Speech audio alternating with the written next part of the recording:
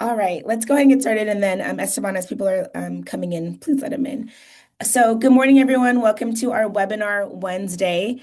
I am very excited about today's topic because it is going to be about best practices when it comes to AI tools for districts and charters. And of course, it's really timely with our data breaches. So, I'm glad that you all are here to hear the amazing webinar that we'll have today.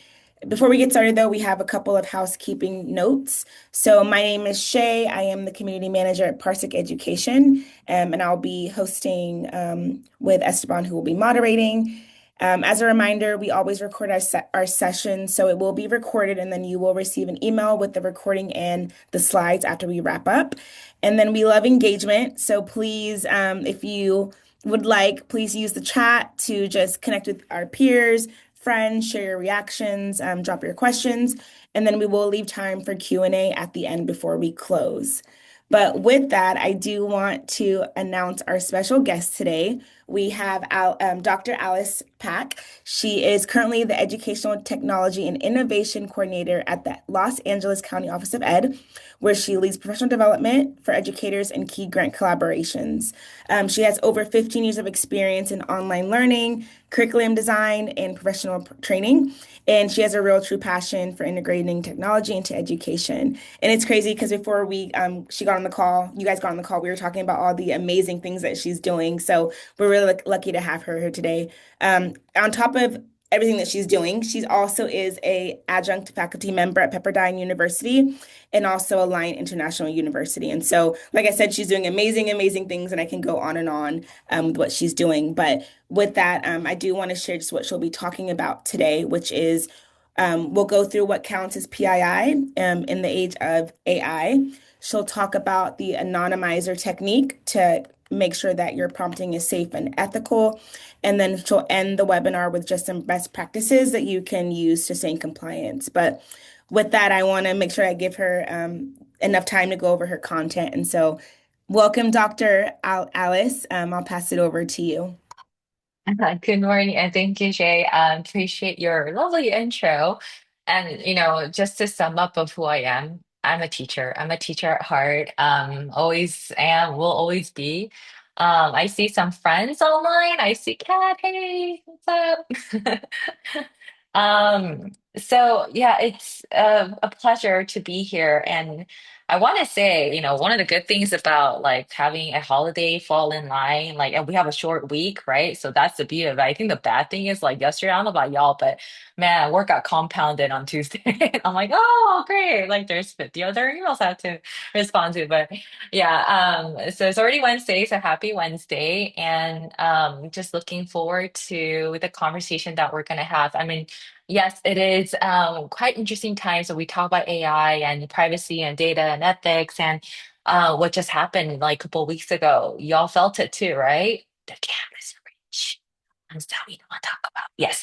Um, and it's funny because it's not really funny. It was serious because I get a call at 6:30 in the morning from my director and he goes, Alice, get up. And I'm like, dude, I work at 8. Come on. Like I'm not even on the phone here. And he goes, no, you gotta get up. I'm like, why? He's like, you gotta suspend our users. I'm like, okay, that's like 20,000 users within Lake. I'm like, I don't know if I want to do that right now. And so, but the magnitude of like data breaches and how it impacts like the list of organizations that get impacted. And let me tell you, I not only Eleiko, we use Canvas. I mean, I am plugged into Canvas in various ways. I'm also an adjunct at Pepperdine, and we use Canvas. I'm just finishing on my AMA credential at UC Irvine. I am a student and using Canvas. I also teach at other multiple institutions that use Canvas. So think about all my emails, different emails, my information that's maybe possibly been exposed. I don't know. And that really got me up in the morning. I'm like, okay, yeah, it's a personal like scare, but also the fear of our students as well and our users and all the data that's been maybe collected and been compromised. It made me think about again like the privacy issues and also the security that we really need to think about and talk about and pre-plan. And so I come with the teacher lens and also instructional lens. I love working with my IT team. I love working with cybersecurity because I learn so much from them as well. And we really need to work as a unit and as a team to have these discussions of preventative resources and preventative strategies just in case something happens, really, truly, right? And so with that said, I do have a slide deck. I believe our wonderful team at Parsec has dropped it in the chat. I don't know if you guys have access, but I'll share my screen. And also, my relationship with Parsec runs deep. I was a high school teacher for a long time at a charter school, and Parsec was one of the partners that came in and helped us actually teach us about student data. And so, I mean, yeah, the I guess our relationship runs deep. And so it's good to reconnect with them. And they were so gracious to come out to Lakewood and do a little lunch and learn for us. So yeah, but just really, really happy to be here and have these conversations. So with that said, I have something to share and I'm going to share my screen. Da-da. And we'll definitely have some time for a Q&A at the end. So here we go.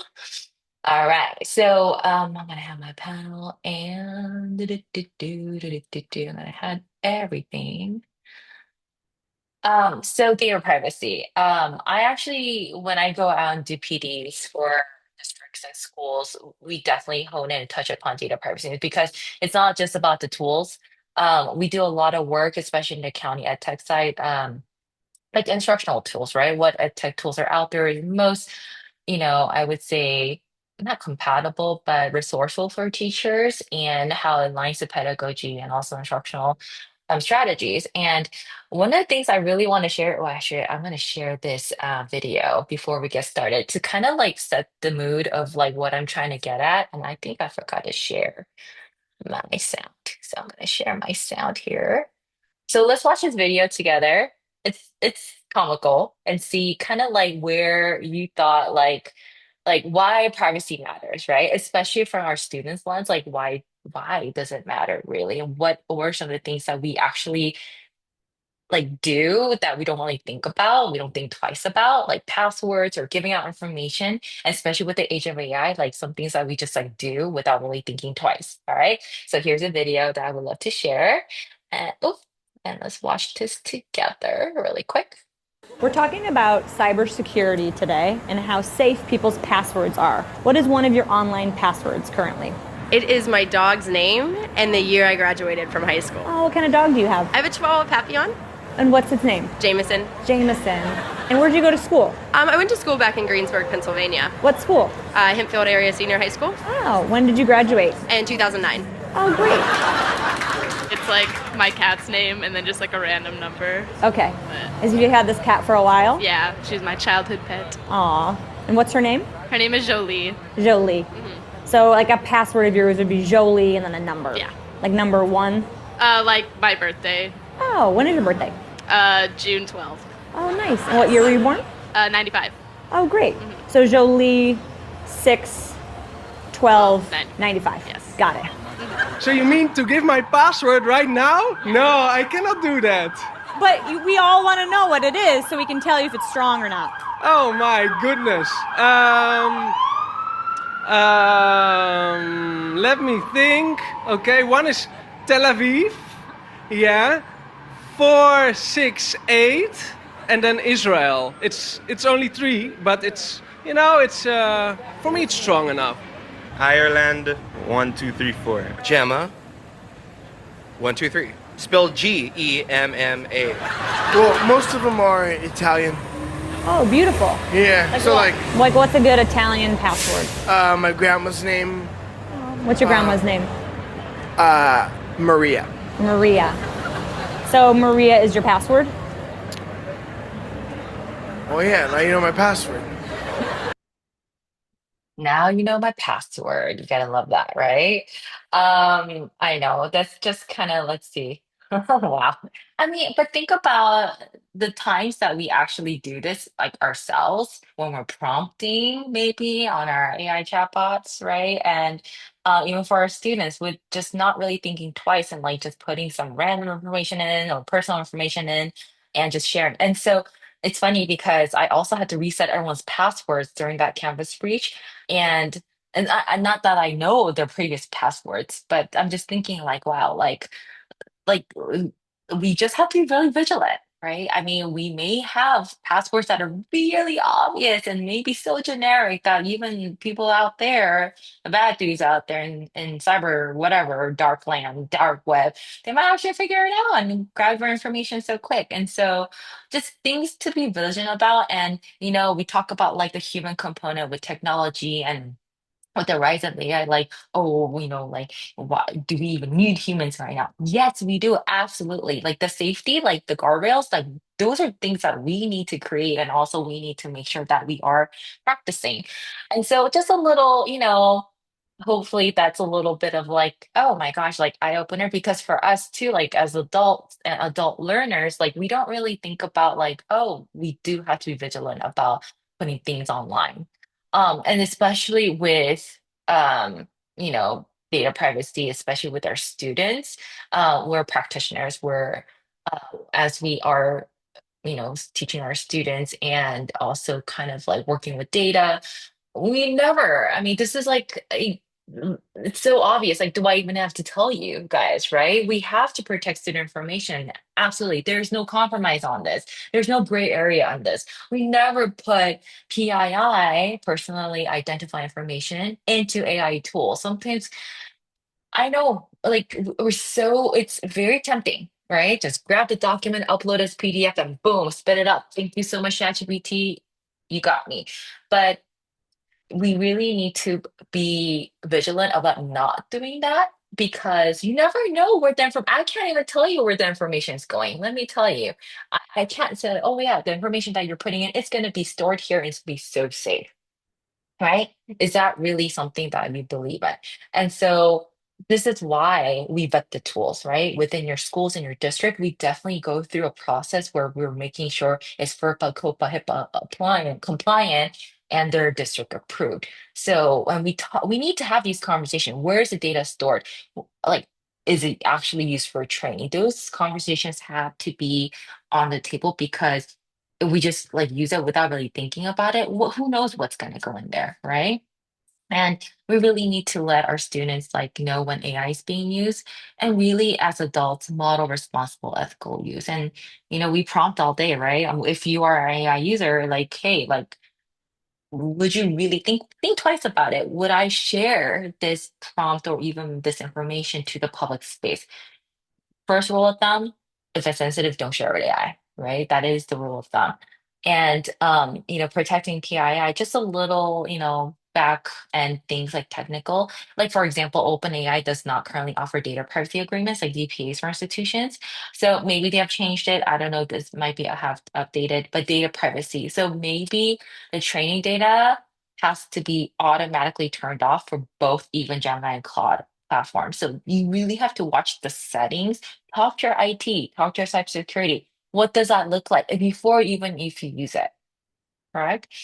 Um, and just again, staying safe with generative AI and PII. Just really try to avoid sharing personal sensitive information. Don't put ID numbers. My dad was so funny. He was like, "Oh, good gracious, now I could probably just do my own, taxes because I'm gonna run it through ChatGPT." I was like, "Dad, really? You're gonna expose your social security and all these things? Like, why?" And he's like, "Oh," I'm like, "Yeah, where's that data going?" He goes, "I don't know. Well, it's doing the work for me." Sometimes that's what students think. They don't think twice because they're so like they're waiting for that outcome. They're like they crave it, right? They crave that output so fast, like quick and dirty. They're like, oh, like we don't think twice about what they're putting in. And this is why I think we need to model how to put in hypothetical, generalized scenarios, making sure those prompts are clear, but also general and not specific enough where your sensitive information is getting out there. And there should be protocols, right? Know what's considered public, know what's internal, what's confidential. I never put myself as like, oh, I'm a Lego employee. I don't put anything like that. I say I'm an instructional coach, something general. So with that said, I'm just going to give you a brief technique I work with my teachers.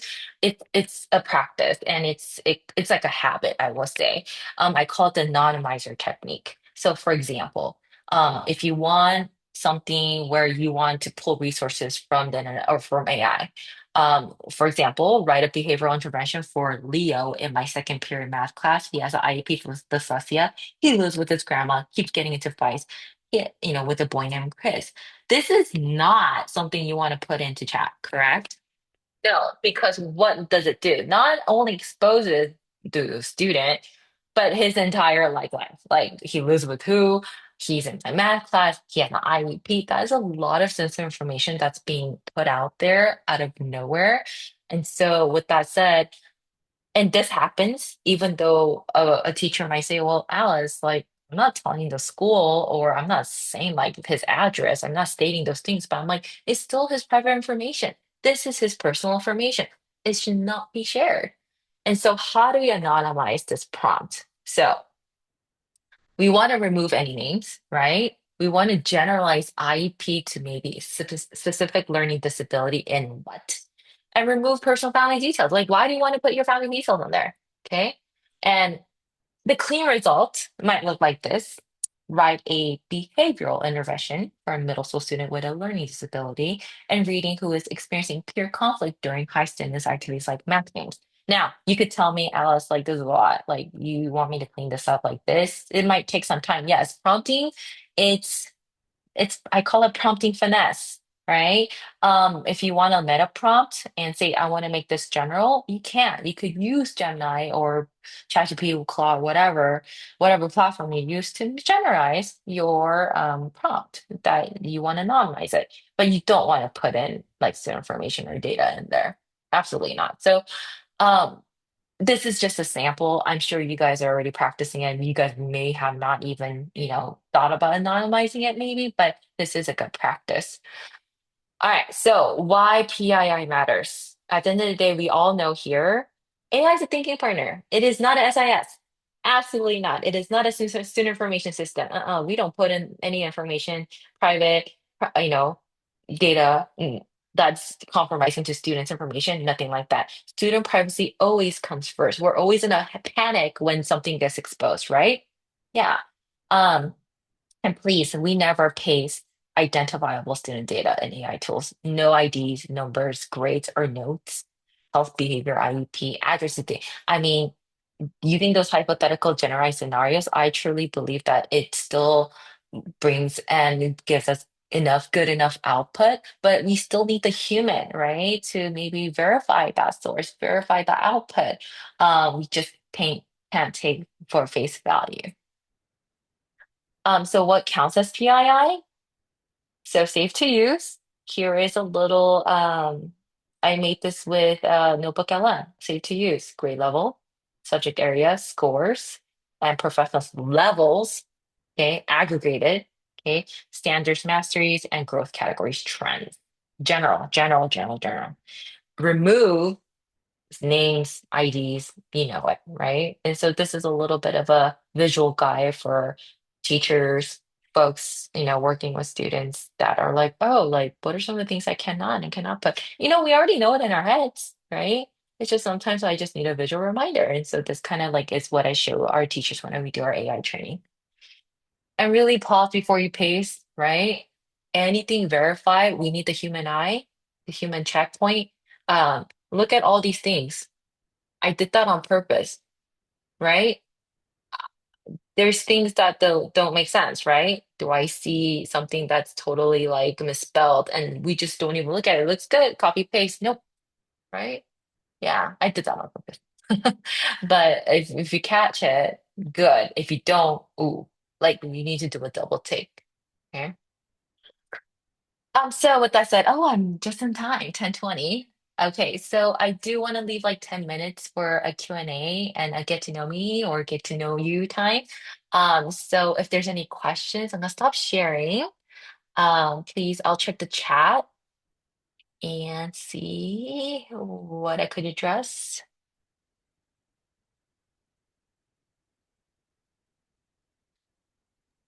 We do have one question someone sent privately to the chat. Okay. Um, what is the very first thing a teacher should do if they realize they accidentally pasted real student data in an unapproved AI tool? And then you already like put it in and you already got an output. Oh, apparently that's the question, right? Yeah, yeah. Um, I mean, unfortunately, but there's like no turning back. What you put in is what you put in. And so, I mean, I wouldn't be like, oh my gosh, like banging my head, like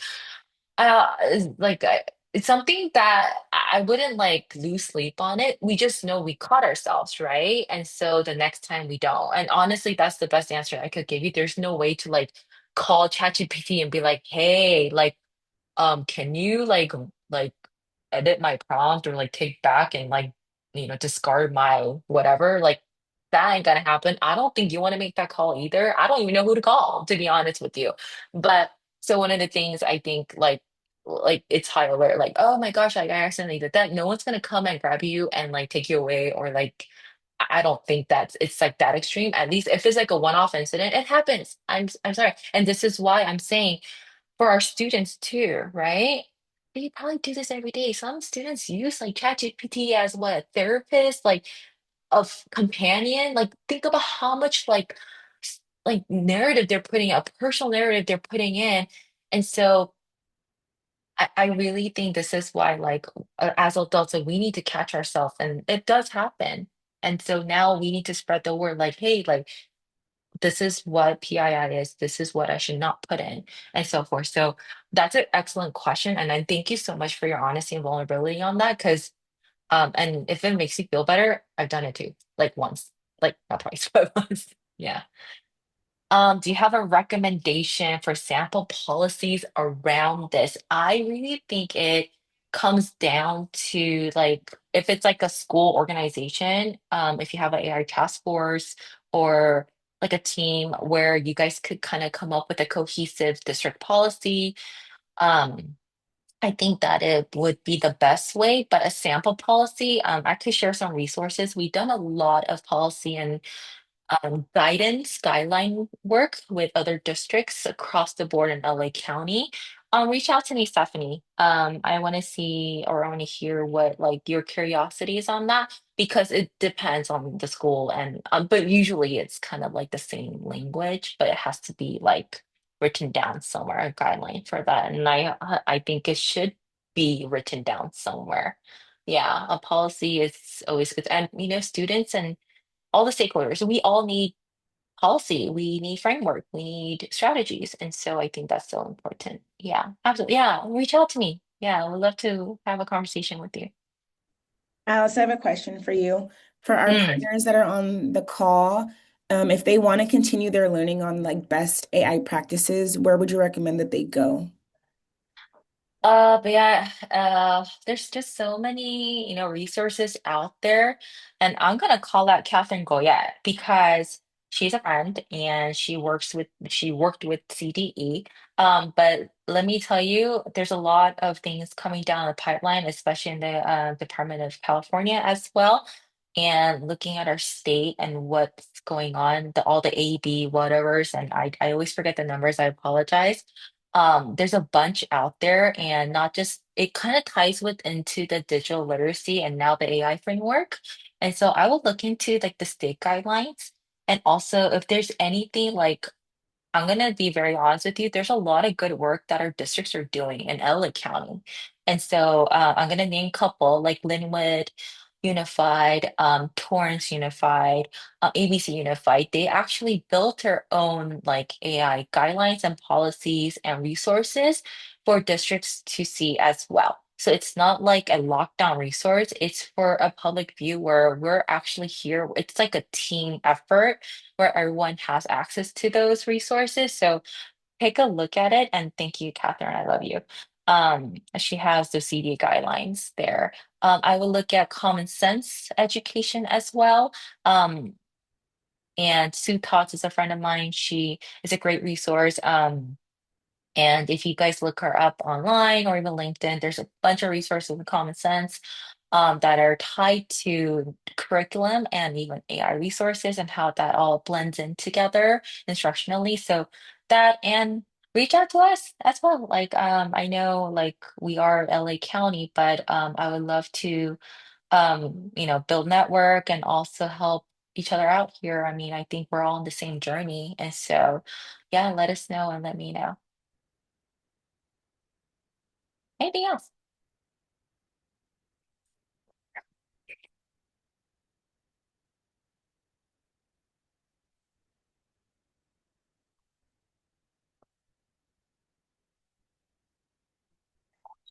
Curiosities, anything.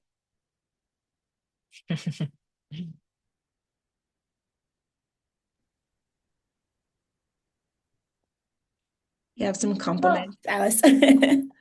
oh, thank you. Let's see. Takeaways. Okay, good.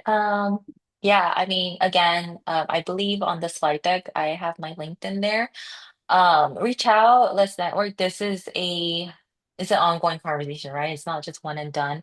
I think from our county level, like we are at a phase where we just we did the whole like demystify AI. What is AI? Let's work with the tools and learn the tool, which is a lot for teachers. And now I think we're finally at a place where like, okay, how does this look in the student facing? And how do we use this instructionally? And now really trying to tie in with like the AI ethics and privacy and all these things. So it's a lot of layers, but there's a lot of good work that's being done. And I know there's some pushback as well. I mean, schools and even other countries are saying we don't want to use AI, which I wholeheartedly understand because it's saying, oh, like cognitively, like even screen time, like right, like all these conversations are popping up. But I do want to say AI is not going away. It's something like even our kids, if you guys think about the babies that are being born today, they wouldn't know a world without AI now, right? And so let's think about that. And also, it's funny because I just visited a friend in Netflix and I asked about her like the interview process, and she said one of the requirements is now AI competency. And so I'm like, what does that look like?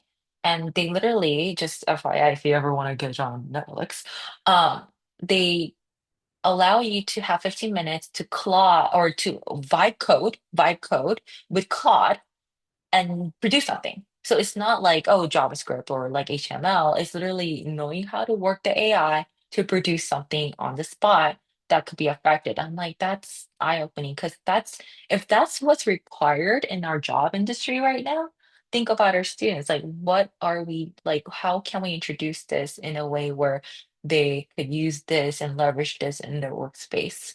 And let me tell you, positions, jobs, description, they're all changing. Yeah, and so to keep up with that is another, I guess, haul, but it's interesting times, and I think it's fun. Yeah, at least for me, because I am a techie, and so just really looking forward to the growth and potential that our teachers and our school districts could bring forth. And I'm just, yeah, I mean, the next couple, I'm not even saying months, but weeks, and even, right? Things are evolving so fast. Looking forward to learning. I wake up every day, I learn something new. Let's just say that. Yeah. And so it's exciting times. Anything else?